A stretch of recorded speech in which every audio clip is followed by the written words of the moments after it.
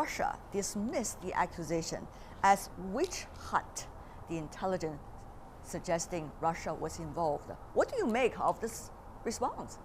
First time. Nothing surprising. If I were President Putin, I would say the same thing. It's not usually standard operating procedure for the leader of any country to admit that their country has been involved in espionage or cyber attacks or anything of the sort. From his perspective, he's just doing his job. But, you know, who are you going to believe, me or your lying eyes? So it's not even a matter of taking his words with a grain of salt. It's just taking his words and then moving on and going to the reality. Professor Lukin from Moscow, I'm sure you are having a different view. Future Chief of Staff of Mr.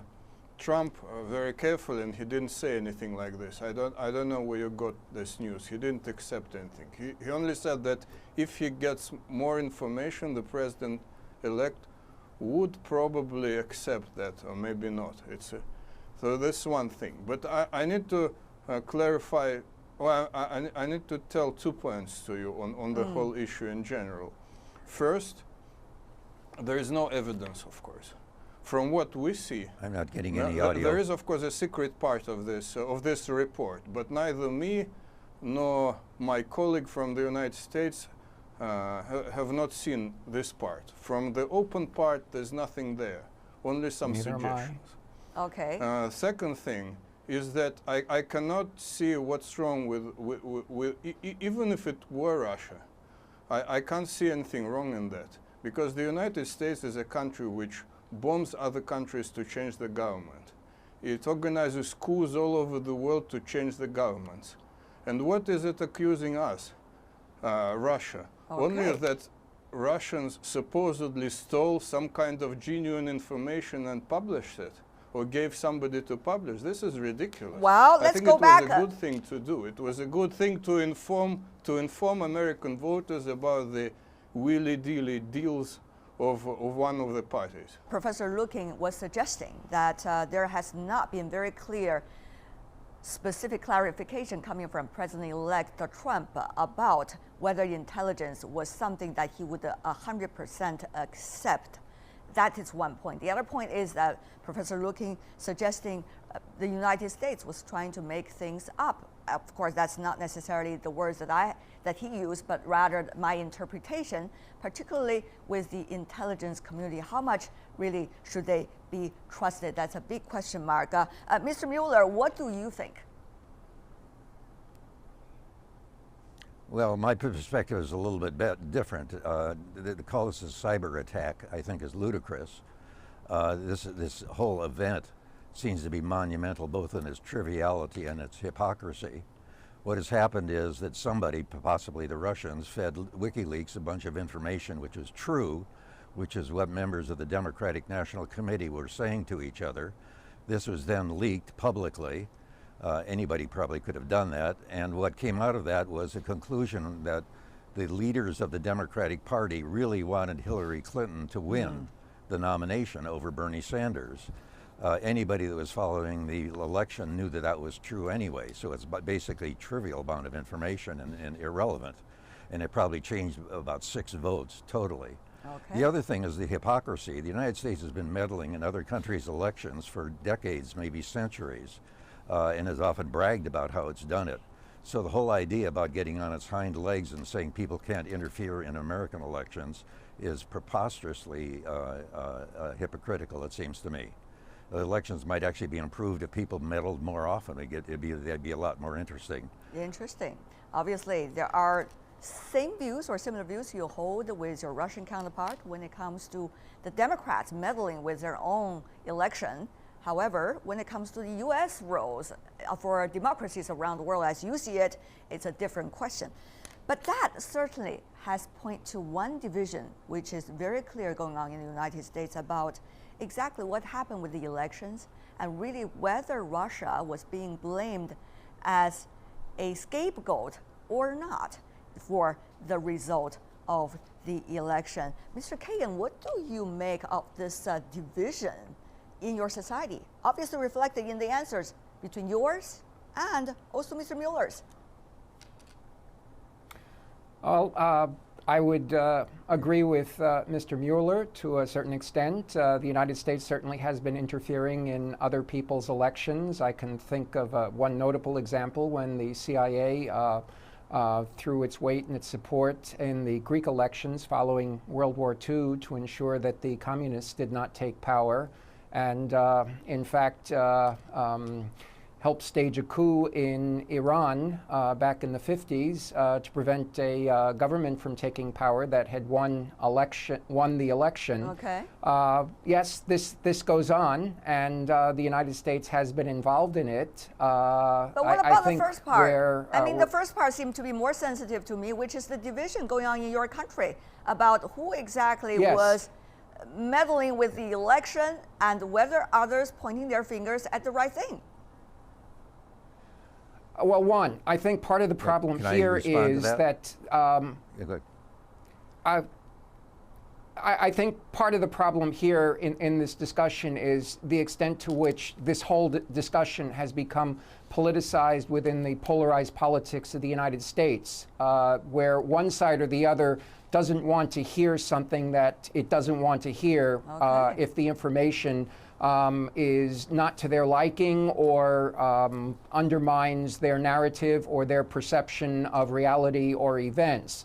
The second thing involved is if we have an incoming president who, regardless of what the United States has done in the past and what the United States is doing now, chooses not to believe something that he doesn't want to believe because he doesn't like what he's hearing, and therefore will construct his policies and his actions going forward on that basis. And whether or not you agree, I got your point. Whether or not you agree, that is worrisome. Oh, I got your point. It seems it is one thing is whether you want to hear or not. Secondly, you want to believe or not what you just heard. All those are interesting and fascinating questions about American society today. In fact, it is not just about the American society. What's important is about what is going on between the United States and Russia, and therefore what's the implications for the rest of the world. President-elect Donald Trump in the U.S. desire to pursue better relations with Russia does not sit well with many Republican leaders. They doubt a Trump administration would succeed in Russia where previous presidents have failed. Let's take a look at this. The incoming U.S. president minces no words in pursuing better ties with Russia. Mr. Trump has posted a series of tweets condemning those who oppose good relations with the Kremlin as stupid people, and also vows to work with Russia to solve pressing problems and issues in the world. However, the president-elect's possible White House appointments are leading to wider divisions on Russia. Rex Tillerson, the CEO of Exxon, is his choice for Secretary of State. Tillerson has close ties to the Kremlin and is on record as saying he does not believe that economic sanctions work. To me, a great advantage is he knows many of the players. To lead the Defense Department, retired General James Mattis appeared on Trump's name list, who believes that Moscow's influence in Europe should be contained.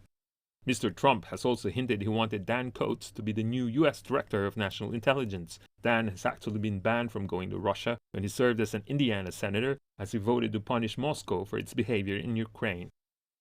Trump's nominees will be reviewed by the Senate on Wednesday. Even if his allies could make it through the confirmation hearings, he will still face the tough task of balancing the views of his own cabinet on Russia over the next 4 years. After that, let's fairly go to Professor Lukin in Moscow. Professor, you were earlier listening to your other two American colleagues. Now, with the division going on in the American society, should Moscow be happy?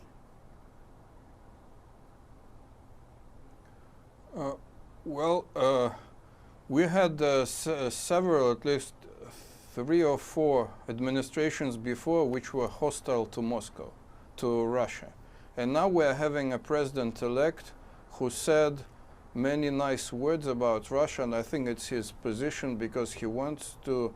It doesn't mean that he likes Russia very much, or it's a regime or anything, but he thinks that Russia can be used for him to achieve his main goals, for example, combating terrorism.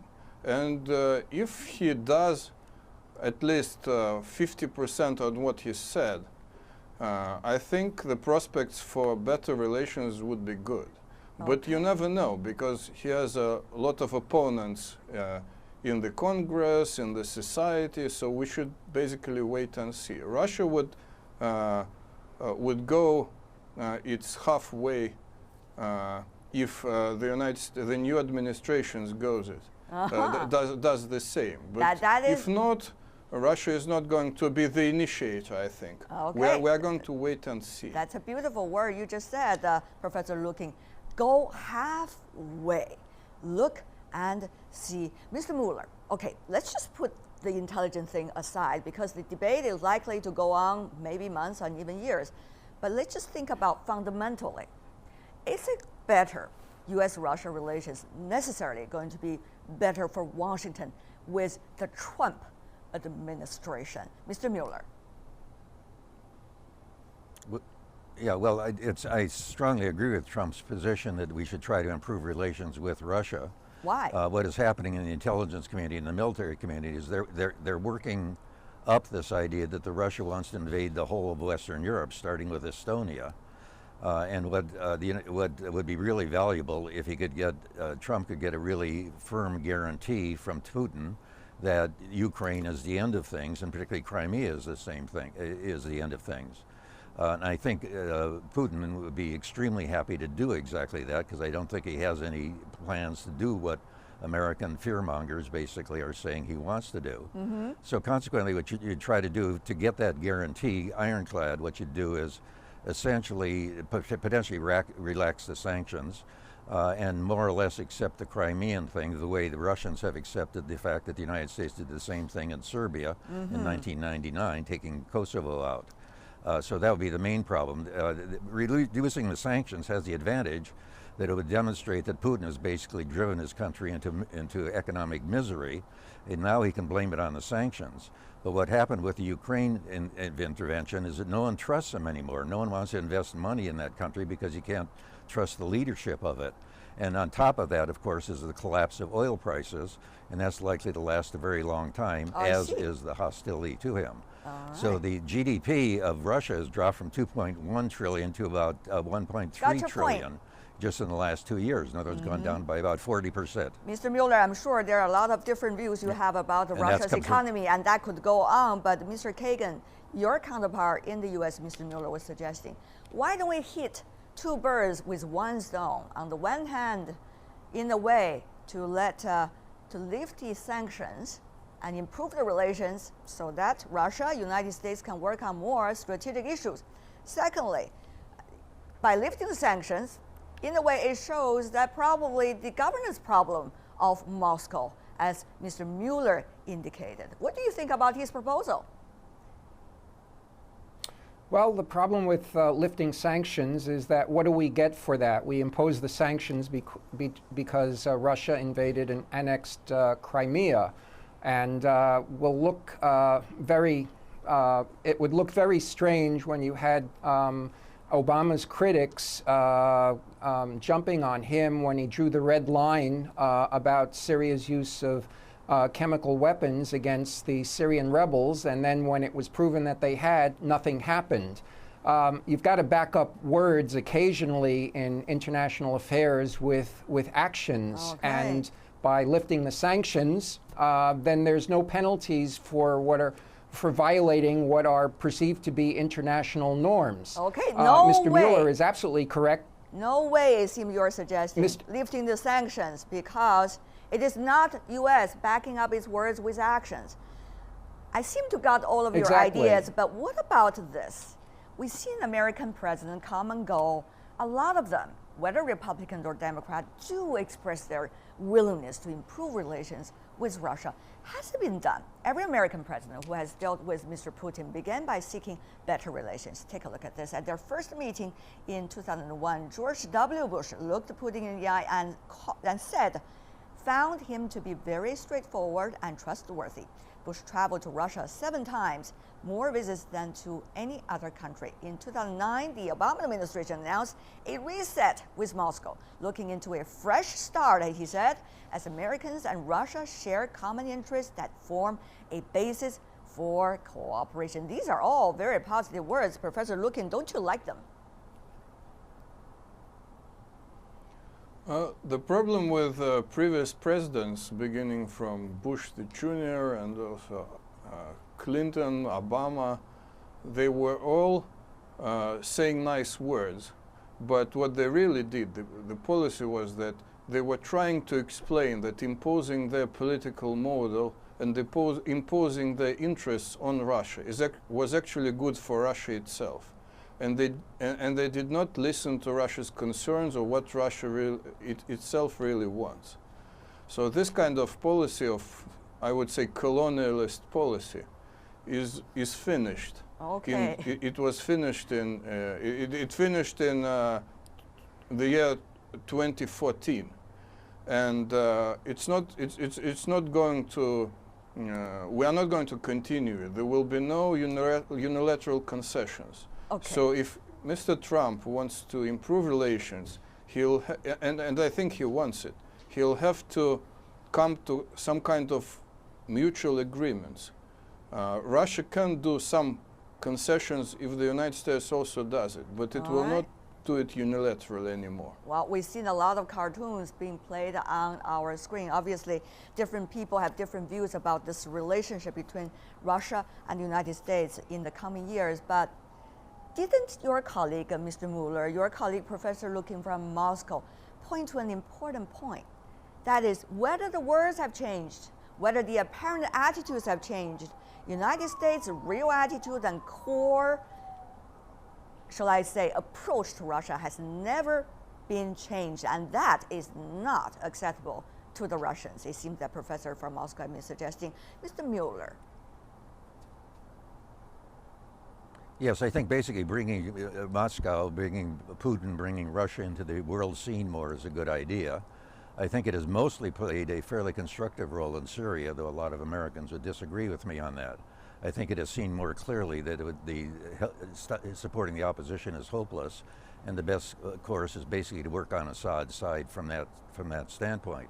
I think they've had a good perspective on that, and they've made they're working with the Americans now. They could possibly, and others, help the situation in Syria. In many respects, what Russia seems to want is just to be people to pay attention to it. Putin has talked about the fact that people are actually talking about us in the election is a big deal. The fact is that almost everybody is saying negative things about Russia, and he's taking pride in that. Is perhaps a little bit on the pathetic side. Okay. But it does show that he and other Russians just simply want to be recognized for what they are. Their economy is extraordinarily low and is declining, but they still can play an important role in their international politics, I think. A lot of accusations coming from Mr. Mueller over there, certainly interesting. Mr. Kagan, so my question finally for you is, Mr. Mueller, your colleague, were suggesting, well, maybe a change of words, but necessarily not at all a change of heart. And to you, is change of words at least possible, or that's a no-no to you either? Briefly.